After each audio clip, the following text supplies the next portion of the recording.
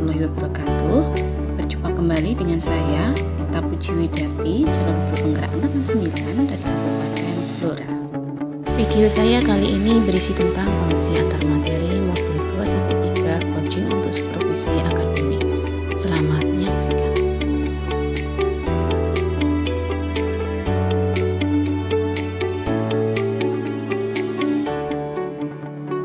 Bagian A, refleksi pemikiran reflektif terkait pengalaman belajar. Indikator, dalam refleksinya CKP menyampaikan poin-poin berikut. 1. Pengalaman atau materi pembelajaran yang baru saja diperoleh. 2. Emosi-emosi yang dirasakan terkait pengalaman belajar. 3. Apa yang sudah baik berkaitan dengan keterlibatan dirinya dalam proses belajar. 4. Apa yang perlu diperbaiki terkait dengan keterlibatan dirinya dalam proses belajar. 5. Keterkaitan terhadap kompetensi kematangan diri pribadi. Jawaban pertanyaan A1. Pengalaman atau materi pembelajaran yang baru saja diperoleh. Yang pertama tentang coaching. Coaching merupakan sebuah proses kolaborasi yang fokus pada solusi, berorientasi pada hasil dan sistematis, di mana coach memfasilitasi peningkatan atas performa kerja, pengalaman hidup, pembelajaran diri, dan pertumbuhan pribadi dari sang coach. Coaching merupakan salah satu metode yang efektif untuk diterapkan dalam bidang pendidikan yang prosesnya berpusat pada siswa. Keterampilan coaching perlu dimiliki para pendidik untuk menuntun segala kekuatan kodrat atau potensi agar mencapai keselamatan dan kebahagiaan sebagai manusia maupun anggota masyarakat. Coaching memiliki peran yang sangat penting karena dapat digunakan untuk menggali potensi diri sekaligus mengembangkannya dengan berbagai strategi yang disepakati bersama. Proses coaching yang berhasil akan menghasilkan kekuatan bagi coach dan coaching untuk mengembangkan diri secara berkesinambungan. Coaching sebagai kunci pembuka potensi seseorang untuk memaksimalkan kinerjanya. Coaching lebih kepada membantu seseorang untuk belajar daripada mengajarinya. Paradigma coaching ada 4, yaitu yang pertama, fokus pada coaching atau rekan sejawat yang akan kita kembangkan dengan memusatkan perhatian kita pada rekan yang kita kembangkan, bukan pada situasi yang dibawanya dalam percakapan. Fokus diletakkan pada topik apapun yang dibawa oleh rekan tersebut agar dapat membawa kemajuan pada mereka sesuai keinginan mereka. Paradigma coaching yang kedua yaitu bersifat terbuka dan ingin tahu terhadap pemikiran rekan sejawat yang kita kembangkan. Paradigma coaching yang ketiga yaitu memiliki kesadaran diri yang kuat yang dapat membantu kita untuk bisa menangkap adanya perubahan yang terjadi selama pembicaraan dengan rekan sejawat. Kita perlu mampu menangkap adanya emosi atau energi yang timbul dan mempengaruhi percakapan, baik dari dalam diri sendiri maupun dari rekan kita. Paradigma coaching keempat yaitu melihat peluang baru dan masa depan. Coaching mendorong seseorang untuk fokus pada masa depan, karena apapun situasinya saat ini yang masih bisa diubah adalah masa depan.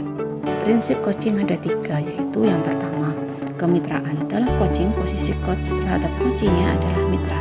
Itu berarti setara, tidak ada yang lebih tinggi maupun lebih rendah. Coach adalah sumber bagi dirinya sendiri.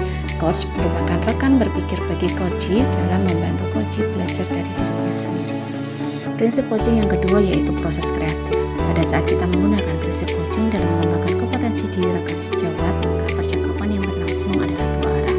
Coach mendengarkan serta melontarkan pertanyaan untuk membantu coach untuk lebih memahami situasi dirinya, situasi ideal yang diinginkan, serta langkah-langkah untuk membawanya dari situasi dia saat ini ke situasi ideal yang coach inginkan. Prinsip coaching yang terakhir yaitu memaksimalkan potensi. Untuk memaksimalkan potensi dan memberdayakan rekan sejawat, percakapan perlu diakhiri dengan suatu rencana tindak lanjut yang diputuskan oleh coach, yang paling mungkin dilakukan dan paling besar kemungkinan berhasilnya. Selain itu, percakapan juga ditutup dengan kesimpulan yang dinyatakan oleh coach. Coaching dalam konteks pendidikan, filosofi Ki Hajar Dewantara. Proses coaching sebagai komunikasi pembelajaran antara guru dan murid. Murid diberikan ruang kebebasan untuk menemukan kekuatan dirinya dan peran pendidik sebagai pamong dalam memberi tuntunan dan memberdayakan potensi yang ada agar murid tidak kehilangan arah dan mampu menemukan kekuatan dirinya tanpa membahayakan dirinya. Coaching dalam konteks pendidikan sistem amung. Ing harso sing tulodo ing madya mangun kamso Tuturi Handayani. Menjadi semangat yang menguatkan keterampilan komunikasi guru dan murid dengan menggunakan pendekatan coaching. Tuturi Handayani menjadi kekuatan dalam pendekatan proses coaching dengan memberdayakan atau handayani semua kekuatan diri pada murid. 4 kompetensi coaching yang harus dimiliki seorang coach. Yang pertama, kehadiran penuh atau present, yaitu kemampuan untuk bisa hadir utuh bagi coaching, atau di dalam coaching disebut sebagai coaching present. sehingga badan, pikiran, hati selaras saat sedang melakukan percakapan coaching. Yang kedua, mendengarkan dengan aktif, yaitu kemampuan mendengarkan seksama informasi yang disampaikan coaching dan memberikan apresiasi dengan merespon. Yang ketiga, memberikan pertanyaan yang berbobot dan bersifat terbuka, yaitu kemampuan untuk memberikan pertanyaan yang mampu membuka pemikiran dari coaching atau mampu memunculkan ide-ide yang terkait dengan solusi dari permasalahan yang dialami coaching. Dalam proses coaching ini ada satu model yang biasa digunakan oleh seorang coach, yaitu model Tirta. Tujuan utama pertemuan atau pembicaraan. Pada tahap ini masing-masing orang telah menyepakati tujuan pembicaraan yang akan dilaksanakan. Identifikasi masalah coaching. Pada tahap ini coach melakukan penggalian dan pemetaan terhadap situasi yang sedang dibicarakan dan dihubungkan pada hal-hal yang nyata atau fakta yang ada pada saat supervisi berlangsung. Rencana aksi coaching. Hal-hal yang mungkin dapat disampaikan kepada coach adalah pernyataan yang menyangkut rencana dan strategi. Tanggung jawab atau komitmen. Pada tahap akhir, masing-masing orang membuat komitmen atau hasil yang dicapai untuk mengambil dan menentukan langkah selanjutnya. Pertanggungjawaban coaching dilakukan terhadap rencana aksi atau komitmennya. Supervisi akademik dengan paradigma berpikir coaching. Melalui supervisi akademik, potensi setiap guru dapat dioptimalkan sesuai dengan kebutuhan yang nantinya dapat membantu guru dalam proses peningkatan kompetensi dengan menerapkan kegiatan pembelajaran baru yang dimodifikasi dari sebelumnya. Pada umumnya, pelaksanaan supervisi akademik didasarkan pada kebutuhan dan tujuan sekolah dan dilaksanakan dalam 3 tahapan, yakni perencanaan, pelaksanaan supervisi, dan tindak lanjut. Siklus dalam supervisi klinis pada umumnya meliputi 3 tahap, yakni praobservasi, observasi, dan pasca observasi. Jawaban pertanyaan A2. Emosi-emosi yang dirasakan terkait pengalaman belajar. Merasa cemas. Sebelum memahami model ini saya sedikit cemas karena khawatir tidak mampu dalam memahami model ini dan mengaplikasikannya.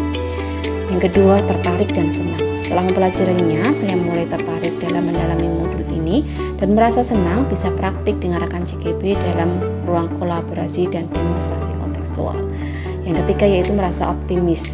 Saya optimis untuk mengaplikasikan apa yang saya dapatkan dari modul ini di sekolah tempat saya bekerja ataupun di rumah. Jawaban pertanyaan A3. Apa yang sudah baik berkaitan dengan keterlibatan dirinya dalam proses belajar? Saya mampu berkolaborasi dengan rekan sejawat CGP saat mempraktikkan proses coaching menggunakan alur Tirta dan sesuai dengan prinsip coaching dalam ruang kolaborasi dan demonstrasi kontekstual sebagai coaching maupun sebagai observer. Jawaban pertanyaan A4. Apa yang perlu diperbaiki terkait dengan keterlibatan dirinya dalam proses belajar? Yang perlu diperbaiki adalah kemampuan dalam mengajukan pertanyaan berbobot agar dapat menggali informasi atau permasalahan yang ada pada diri coaching sehingga dapat menemukan solusi atau permasalahan yang dihadapi. Jawaban dari pertanyaan A5. Keterkaitan terhadap kompetensi dan kematangan diri pribadi. Adapun saya merasa sangat pentingnya materi coaching untuk supervisi akademik untuk diri pribadi saya karena saya merasa lebih dapat menjadi orang yang selalu terbuka untuk banyak hal, di mana proses mengosongkan pikiran dan menjauhkan diri dari melabeli, tidak boleh berasumsi dan tidak boleh berasosiasi menjadikan saya pribadi yang lebih dapat memandang dari segala sudut pandang.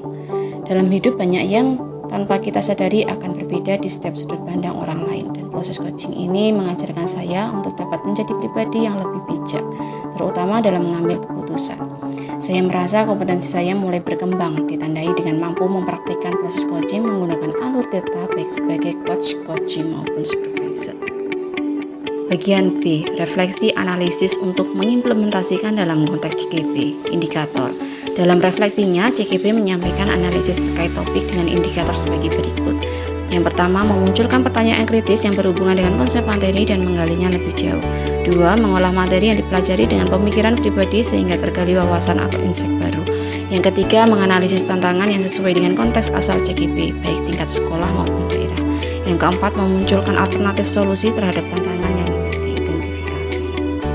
Jawaban pertanyaan B1, memunculkan pertanyaan kritis yang berhubungan dengan konsep materi dan menggalinya lebih jauh. Pertanyaan kritis, bagaimana agar konsep coaching dapat diterapkan dalam kegiatan supervisi di sekolah? Prinsip coaching dapat diterapkan jika kepala sekolah memiliki pengetahuan tentang coaching supervisi akademik dan mau mengaplikasikannya. Kegiatan supervisi jangan hanya bertujuan sebagai bagian penilaian guru saja, namun supervisi harus dijadikan sebagai cara untuk meningkatkan kompetensi akademik guru, sehingga tidak hanya melakukan observasi kelas saja, tetapi harus ada percakapan pra-supervisi dan pasca-supervisi. Dalam percakapan pra-supervisi, kepala sekolah harus mendiskusikan percakapan yang akan dilakukan oleh guru, sedangkan saat pasca-supervisi, kepala sekolah memberikan umpan balik atau tindak lanjut terkait pelaksanaan supervisi yang dilakukan. Jawaban pertanyaan B2, mengolah materi yang dipelajari dengan pemikiran pribadi sehingga tergali wawasan atau insight baru.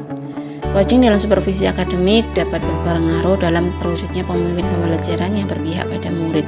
Pembelajaran yang berpihak pada murid adalah hal yang penting untuk diterapkan dalam lingkungan sekolah agar dapat terwujud pembelajaran yang berpihak pada murid. Maka guru harus memiliki kompetensi menjadi pemimpin pembelajaran. Menjadi pemimpin pembelajaran harus memahami perkembangan murid secara menyeluruh, tidak hanya aspek guru saja, namun juga harus memahami karakter dan sosial emosional murid. Dengan demikian, tujuan coaching dalam supervisi akademik untuk mengembangkan kompetensi guru agar dapat meningkatkan kinerja dan terwujudnya pembelajaran yang berpihak pada murid. Jawaban pertanyaan dari B3, menganalisis tantangan yang sesuai dengan konteks asal CGP baik tingkat sekolah maupun daerah. Tantangan terberat adalah menyeragamkan pemahaman tentang coaching dalam supervisi akademik kepada komunitas sekolah. Supervisi akademik hanya dijadikan sebagai penilaian rutin kepala sekolah kepada guru saja, seharusnya dapat dijadikan sebagai pedoman untuk meningkatkan kompetensi guru. Jawaban dari pertanyaan B4, memunculkan alternatif solusi terhadap tantangan yang diidentifikasi. Solusi yang pertama yaitu dapat dilakukan dengan melakukan sosialisasi kepada seluruh komunitas sekolah saat kegiatan rapat guru agar terjadi penyeragaman persepsi tentang makna supervisi akademik. Solusi selanjutnya adalah dengan memberikan contoh praktik coaching dalam supervisi akademik melalui berbagai media informasi digital yang dapat diakses oleh seluruh komunitas sekolah. Refleksi bagian C, membuat keterhubungan. Indikator refleksi yang CGP buat memunculkan koneksi dari pembelajarannya dengan poin-poin berikut. 1. Pengalaman masa lalu. 2. Penerapan di masa mendatang. 3. Konsep atau praktik baik yang dilakukan dari modul lain yang telah dipelajari. 4. Informasi yang didapat dari orang atau sumber lain di luar bahan ajar PGP. Refleksi C1. Pengalaman masa lalu. Saya pernah disupervisi oleh kepala sekolah dan pengawas sekolah. Namun saat kegiatan supervisi hanya sebatas menjalankan atau menggugurkan kewajiban saja, tanpa mengetahui makna supervisi yang seharusnya. Kegiatan supervisi akademik hanya dilakukan saat kepala sekolah atau pengawas sekolah melakukan observasi kelas saja, tanpa adanya kegiatan pra-supervisi dan pasca supervisi sehingga hanya sebatas pemberian nilai saja. Refleksi C2, penerapan di masa mendatang. Kedepannya kegiatan supervisi ini harus dijadikan salah satu bagian dalam peningkatan kompetensi guru dalam bidang akademik dengan menggunakan prinsip coaching, yaitu 1. Kemitraan, 2. Proses kreatif, dan 3. Memaksimalkan potensi. Refleksi C3, konsep atau praktik baik yang dilakukan dari modul lain yang telah dipelajari. Modul 2.1. Dalam pembelajaran berdiferensiasi modul 2.1, murid dikelompokkan berdasarkan kebutuhan belajarnya agar dapat memaksimalkan potensi yang dimiliki. Begitu pula dengan praktik coaching yang harus memaksimalkan potensi coach agar dapat menemukan masalahnya sendiri. Modul 2.2. Dalam pembelajaran sosial emosional terdapat teknik stop dan mindfulness yang dilakukan untuk dapat membuat suasana menjadi lebih kondusif. Saat melakukan coaching pun, seorang coach harus menerapkan teknik tersebut agar dapat fokus dan terwujud kehadiran penuh saat melakukan proses coaching. Refleksi C4, informasi yang didapat dari orang atau sumber lain di luar bahan ajar PGP. Supervisi akademik oleh kepala sekolah merupakan kemampuan membina kinerja guru, meningkatkan mutu proses pembelajaran, bimbingan media pembelajaran, penilaian, dan pengembangan keprofesian atau penelitian praktis. Berdasarkan peraturan pemerintah PP nomor 13 tahun 2007 tentang standar kompetensi kepala sekolah, dijelaskan bahwa kompetensi supervisi kepala sekolah yaitu terampil dalam merencanakan program supervisi akademik dalam rangka peningkatan profesionalisme guru, pendekatan dan teknik supervisi yang tepat, serta menindaklanjuti hasil supervisi akademik terhadap guru dalam rangka peningkatan profesionalisme guru.